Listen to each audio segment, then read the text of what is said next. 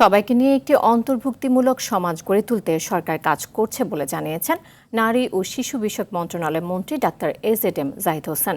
বলেন, দুর্নীতি, মাদক এবং নারী ও শিশু নির্যাতনের বিরুদ্ধে সরকারের অবস্থান জিরো টলারেন্স। সকালে রাজধানীর গুলশানে ইউএন উইমেন আয়োজিত এক কর্মশালায় এসব কথা বলেন তিনি। এ সময় মন্ত্রী আরও বলেন, জলবায়ু পরিবর্তনের জন্য বাংলাদেশ দায়ী না হলেও এর অন্যতম ভুক্তভোগী। তাই ভবিষ্যতের চ্যালেঞ্জ মোকাবেলায় দেশের নারীদের আরও দক্ষ ও সক্ষম করে তুলতে হবে। প্রশিক্ষণ কর্মশালায় অংশগ্রহণ করেন দেশের 5 জেলার 10 উপজেলার অনেক নারী। কমিটমেন্ট হচ্ছে আমরা একটা ইনক্লুসিভ সোসাইটি চাই এবং আমরা সবার জন্য we want to work for everyone.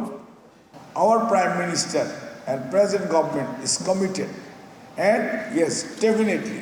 বর্তমান প্রধানমন্ত্রী ও সরকারের অন্যতম প্রতিশ্রুতি হচ্ছে দুর্নীতিকে শূন্যের কোঠায় নামিয়ে আনা, পাশাপাশি মাদকের বিরুদ্ধে শক্ত অবস্থান সরকারের।